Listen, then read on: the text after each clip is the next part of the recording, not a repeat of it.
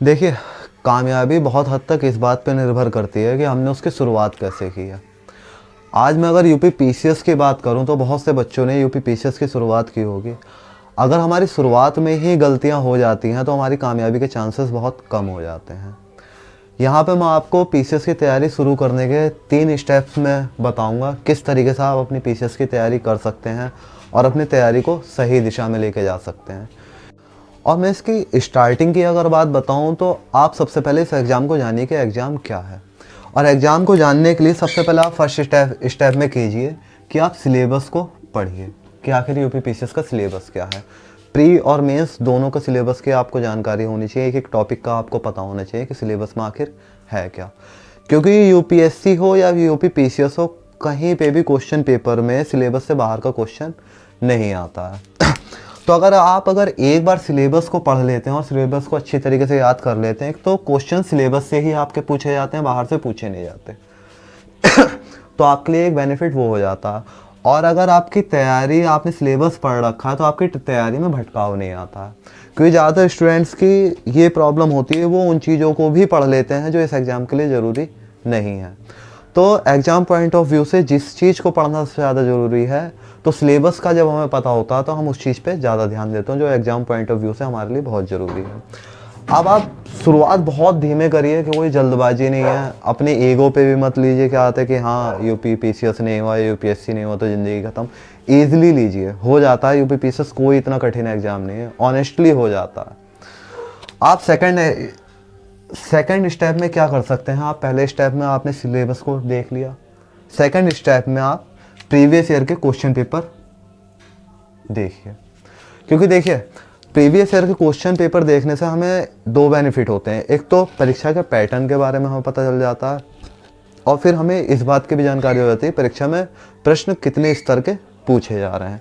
और दूसरी बात, सिलेबस का जो सबसे इम्पॉर्टेंट टॉपिक होते हैं, सबसे इम्पॉर्टेंट जो पार्ट होता है उसका भी हमें प्रीवियस ईयर क्वेश्चन पेपर से पता चल जाता है। और किसी भी एग्ज़ाम को हो, चाहे वो एकेडमिक स्तर का हो चाहे कंपटीशन स्तर का हो, प्रीवियस ईयर क्वेश्चन पेपर जो होते हैं सफलता की कुंजी होते हैं।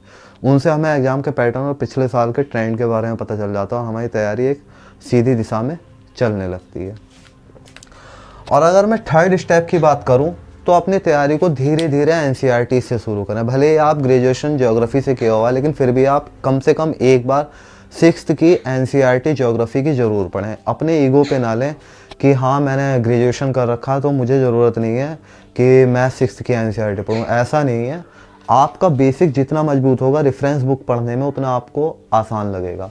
अगर आपने 6 to 12 अगर पॉलिटी के एनसीईआरटीज़ अगर पढ़ रखी होंगी तो एम लक्ष्मीकांत इतना आसान हो जाएगा आपके लिए कि आप अंदाज़ा भी नहीं लगा सकते। और अगर आप डायरेक्ट एम लक्ष्मीकांत पढ़ते हैं तो ये बुक काफ़ी मुश्किल होती है समझने के लिए, खास करके उनके लिए जिन्होंने पॉलिटी को अपने एकेडमिक स्तर पे नहीं पढ़ा है। तो सबसे पहले क्या कीजिए, बेसिक कॉन्सेप्ट को क्लियर करने के लिए आप एनसीईआरटीज़ के साथ शुरुआत कीजिए। भले से आपने कितना भी पढ़ रखा हो, 6th क्लास के एनसीईआरटी से शुरुआत कीजिए। कम से कम 1 रीडिंग और 1 से 3 रीडिंग आपको ज़रूर करनी है। देखिए, एनसीईआरटीज़ का फ़ायदा क्या होगा, आपके जो फंडामेंटल कॉन्सेप्ट होंगे वो आपके बिल्कुल क्लियर होंगे। और दूसरी चीज़, एनसीईआरटी ऐसी लैंग्वेज है जो बच्चों के लिए उपयोग की जाती है, जो 6th क्लास के बच्चे होते हैं उनके लिए उपयोग की जाती है। तो आपको समझने में भी आसानी होगी। और जब आपके कॉन्सेप्ट एक बार क्लियर होंगे तो आप जब उससे बड़े लेवल पे रेफरेंस बुक पे जाएंगे तो वहाँ पे भी आपको इतनी परेशानी नहीं होगी। ठीक है। और एनसीईआरटी से आपके एक बार अगर बेसिक क्लियर हो जाता है तो जो रेफरेंस बुक होती है उन्हें समझना बहुत आसान हो जाता है। क्योंकि यूपी पीसीएस में प्री में तो फैक्ट से रिलेटेड क्वेश्चन, फैक्ट ज़्यादा पूछे जाते हैं और हालांकि अब तो घुमा के भी क्वेश्चन पूछे जाने लगे हैं। लेकिन जब आप मेंस में लिखेंगे तो उसे हमें करंट से कनेक्ट करना पड़ता है, स्टैटिक पोर्शन को। और उसे करने के लिए हमारी सब्जेक्ट को लेकर अंडरस्टैंडिंग बहुत ही अच्छी होनी चाहिए। और ये अंडरस्टैंडिंग हमारा बेस से लेकर ऊपर रेफरेंस बुक तक का जितना अच्छा स्ट्रक्चर होगा उतना बेहतर हम करंट अफेयर के साथ उसे कनेक्ट कर पाएंगे, और वही ज़्यादातर उत्तर बेहतर भी माना जाता है। तो इसे स्टार्ट करिए बेसिक बुक के साथ, एनसीईआरटीज़ के साथ शुरुआत कीजिए और रेफरेंस बुक को पढ़िए, फिर करंट अफेयर को उसके साथ कनेक्ट करिए और आप इस तरीके से अपनी तैयारी को शुरू कर सकते हैं।